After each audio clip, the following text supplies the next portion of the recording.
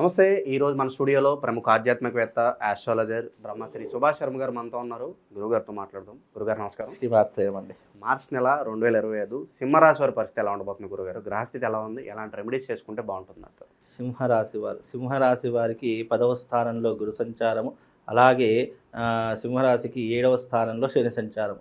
ఈ కారణాల చేత సింహరాశి వారికి ఈ మాసం కొంచెం గడ్డు కాలం అని చెప్పుకోవచ్చు. అవకాశాలు చేజారిపోతూ ఉంటాయి. చేసే వృత్తి వ్యాపారము దూరమైపోతూ ఉంటుంది. అలాగే ధన కొరత అంటే డబ్బు కొరత ఏర్పడుతూ ఉంటుంది. వీలైనంత వరకు అయిన వాళ్ళ దగ్గర అప్పులు తీసుకురావడం, కాలాన్ని గడపడము, కుటుంబ పోషణ భారాన్ని తీసుకెళ్ళడం ఇలాంటివి ఎక్కువగా ఉంటాయి.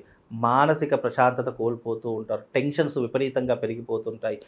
పని ఒత్తిడి పెరిగిపోతుంది, స్ట్రెస్ పెరిగిపోతుంది. తద్వారా వీళ్లకు జీవితంలో కొన్ని ఇబ్బందులు, అలాగే కొన్ని మానసిక ఒత్తిడులు ఈ మాసంలో ఎక్కువగా ఏర్పడేటటువంటి అవకాశాలు ఉంటాయండి వీళ్లకు. అలాగే వీళ్ళకి ఏంటి అంటే కనుక వీళ్ళ మీద ఏదైనా బరువు బాధ్యతలు పెడితే దానికోసం ఎంత గట్టిగా ప్రయత్నం చేసినా, ఎంత కష్టపడ్డా దానికి ప్రతిఫలం అనేటటువంటిది రాకుండా ఉంటుంది.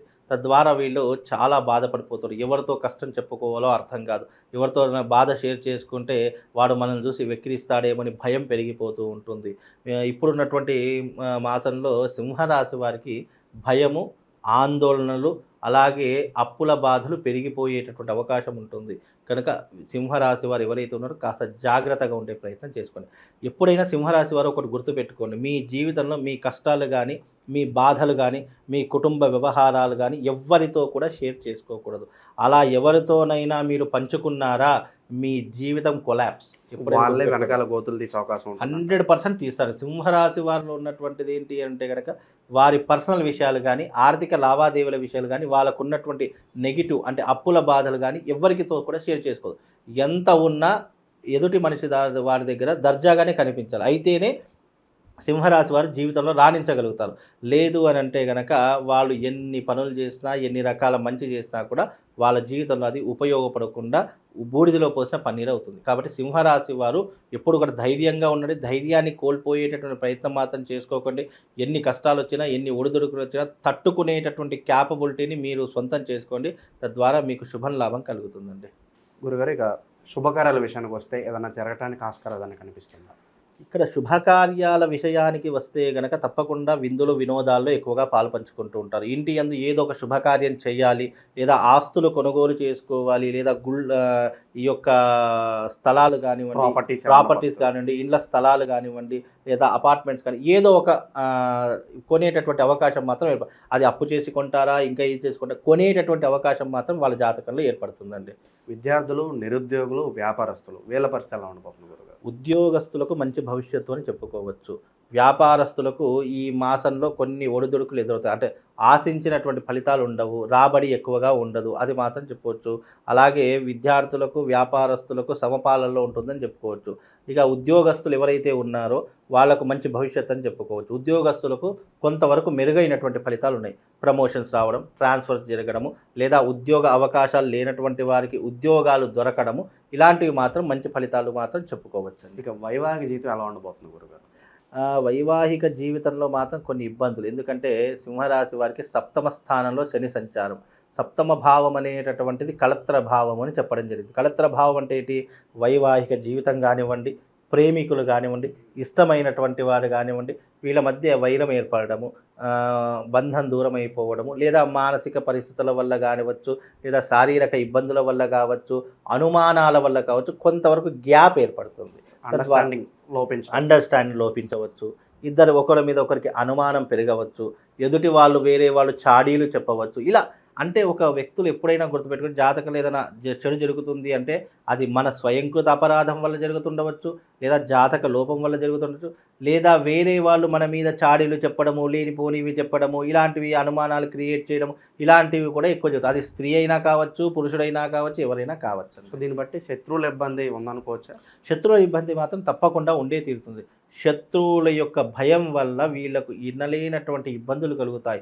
కొన్నిసార్లు వాళ్ళ వల్లే వీళ్ళు గోతిలో పడిపోయేటటువంటి అవకాశం కూడా ఏర్పడుతుంది. కనుక శత్రు భయం సింహరాశి వారికి విపరీతంగా ఉంటుంది. శత్రువులు కూడా పెరిగే అవకాశం ఉంటుంది. అలాగే వాళ్ళ దగ్గర నుంచి వీళ్ళు నష్టపోయేటటువంటి అవకాశం కూడా ఏర్పడుతుంది.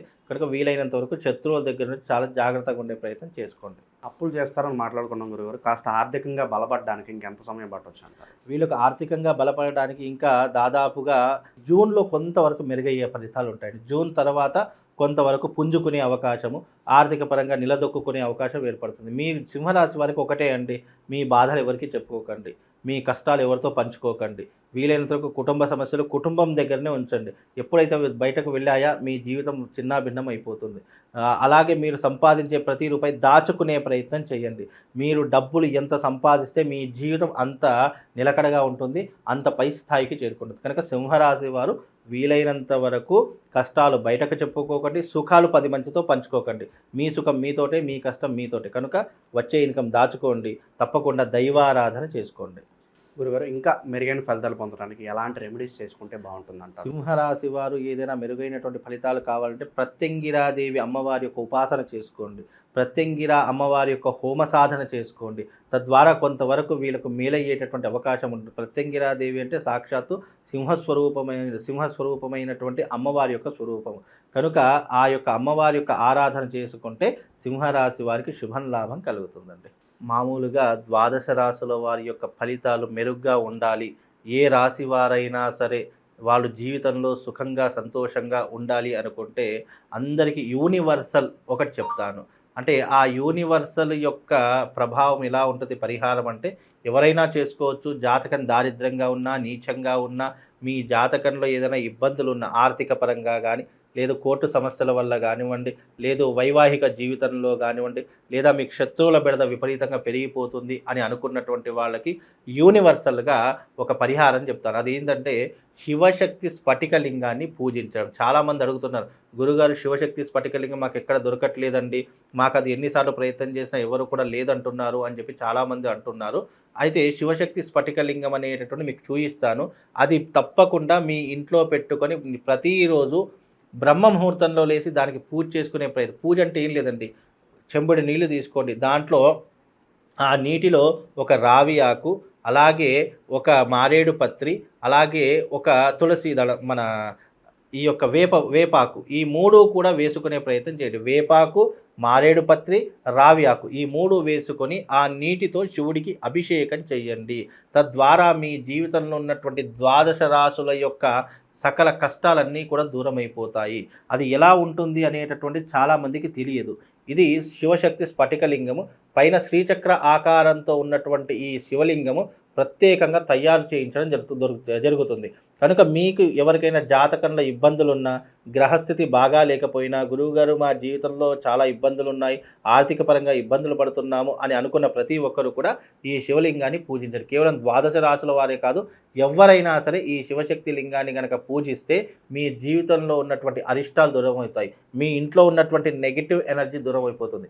కనుక ఈ శివశక్తి లింగాన్ని పూజించండి, మీ జన్మ ధన్యమవుతుంది. శ్రీమాత్రే నమః. శ్రీ గురుభ్యో నమః.